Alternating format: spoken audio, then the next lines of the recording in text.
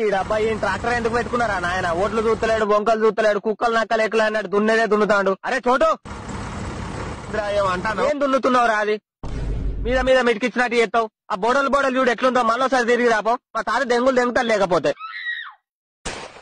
నా మీద దొరుకుతాడు అంత తిట్టుంటే దున్నుకునేవు ట్రాక్టర్ ఇస్తా.